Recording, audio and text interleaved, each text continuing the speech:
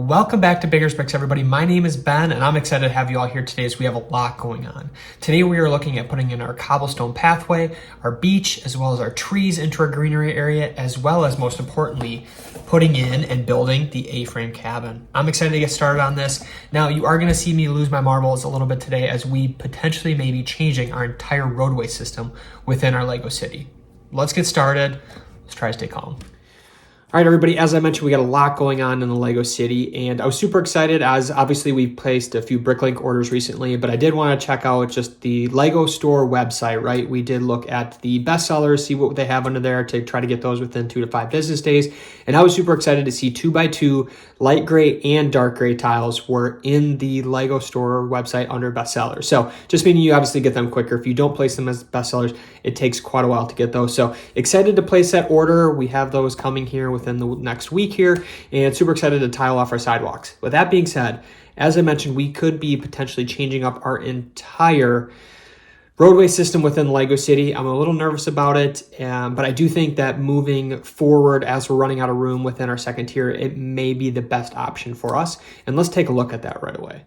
I briefly mentioned in our last video about how we are running out of room within our Lego City for modulars. Now, for modulars, we really only have 2 base plates left to cover, and really we just have our corner base plate and then our base plate right here that we need to fill. With that being said, before, if you've been paying attention or if you have been a part of the channel for long enough, we used to have a second tier also running along these modulars here in the middle on our largest table. Now, we took that away because we didn't even have, I think at the time we probably had 2 or maybe 3 modulars up here, and I thought it would take us longer to fill up that second tier, but it is going by quickly. So we are at some point going to have to re-implement that second tier table behind these modulars here, behind the Daily Bugle, Sitcom Tower, Assembly Square, and our corner garage. So with that being said, we actually have to pull these forward because that second tier is also 15 inches deep.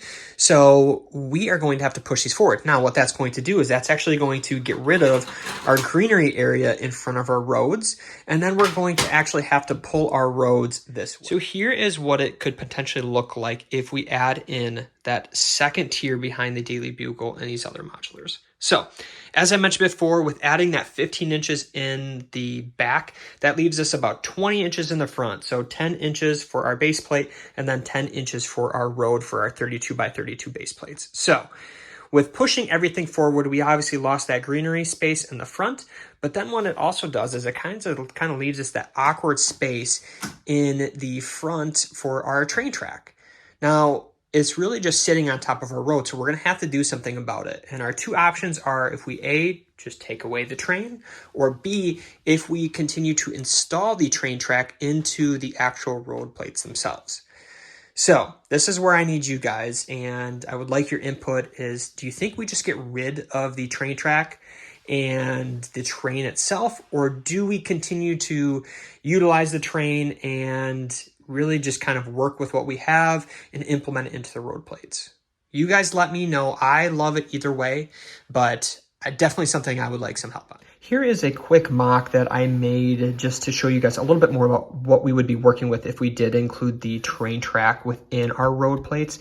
So what it would do is really just add an extension onto one side. Otherwise, one side of the road is really going to stay about the same. The one thing I will say is obviously in most modulars, they do have a little bit of room in front of the modular itself to include a little bit more of a sidewalk or walking path. Now, what this does is we're only adding 2 studs onto the sidewalk. Then you have your road extensions, which obviously just kind of sit freely in here. You have the 1x8 brick along with the 1x8 plate, and then you have the either 1x8 tile. Again, you can use whatever tile, whatever plate, whatever brick you like.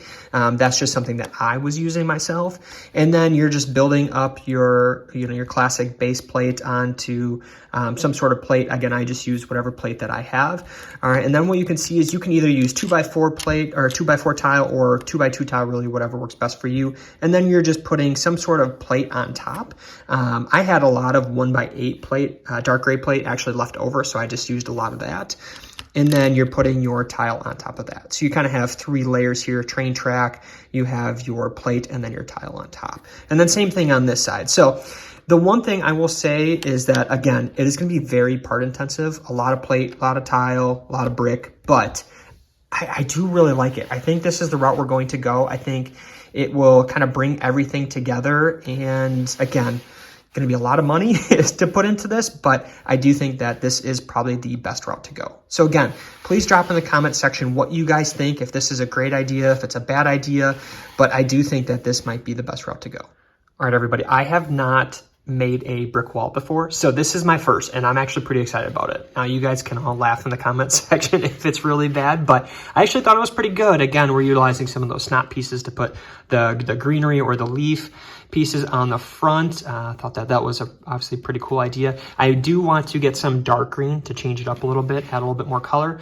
but really all we did was put in some of our masonry brick. We had 1x2x2 brick, and then, you know, some 1x3s, 2x6s, and then some of our 1x10s as well. I know I need to try to create a little bit more masonry brick up here to add a little bit more texture, but this was essentially going to go in between our first tier on the left and our second tier behind the Deatley Bugle, but I actually pushed those together, and I think with the train running underneath, that might be the best option.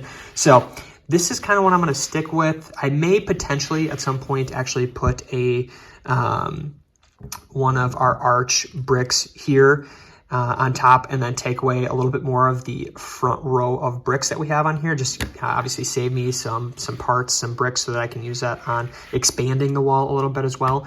But let's get started on the A-frame cabin. All right, everybody, it is time to start building the LEGO Ideas A-frame cabin. It is an 18+ set. Set number is 21338, 2,082 pieces.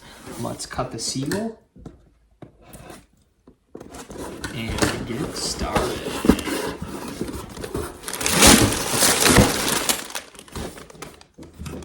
All right, everyone, before we get started, we have both of our instruction booklets. We have 21 bags with 15 different steps, as well as the A-frame sits about 17.5 inches wide and 11 inches tall. Here we go.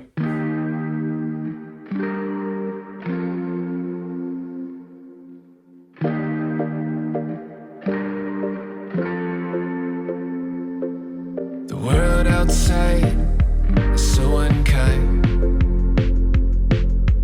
Where can I find peace of mind, I keep faith, it'll be okay. Yeah. Where can I hide at the end of the day? They make way for famous dudes. I keep thinking I'ma make the news. I say, but I laced up my running shoes, 'cause at the end of it all, I got nothing to prove.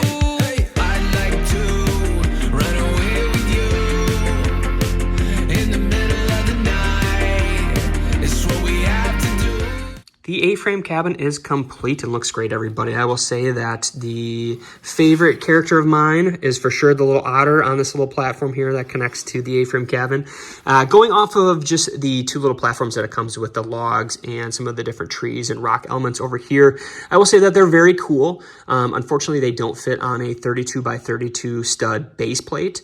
If you are looking to connect both of the different platforms, you will need that larger base plate, unfortunately. But with that being said, we will try to change this up a little bit so that it fits around or near, obviously, the A-frame cabin. It kind of keeps all those trees together. So super excited about that. Looking at the A-frame cabin itself, I think it's a really cool build. A lot of very unique pieces and a lot of very unique build styles.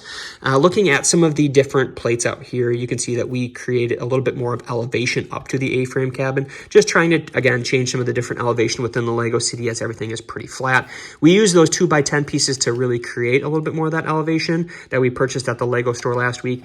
Out front, you can also see some of the different little 1x1 round tiles that we used to create a little bit more of that cobblestone pathway that will connect to our other pathway that leads down to the beach. And then looking at the build itself, overall, again, the A-frame cabin looks great. I really do like it. Let's take a look at the inside of the A-frame cabin. Is super cool, everybody. You have a lot of cool characteristics, such as the camera here, binoculars, a little bookshelf up top, as well as a little birdhouse. Down below, you can see that there is actually a little record player here with some cool gems and crystals, and a couple little chair builds. Now, I will say that there are 4 minifigures that are living in this A-frame cabin at the moment, but up top, you really see that there is only 1 bed. Now, I will see that there is a cool little touch, obviously, with the logs on the inside, and then there's a little bit more, there's a furnace, as well as some different cool bottles, and there's a typewriter on the other side here on this little desk. So, again, a lot of cool different little builds, a lot of things that, really went into this A-frame cabin, a lot of thought, and overall, really liked it. All right, everybody, here we go. Moment of truth.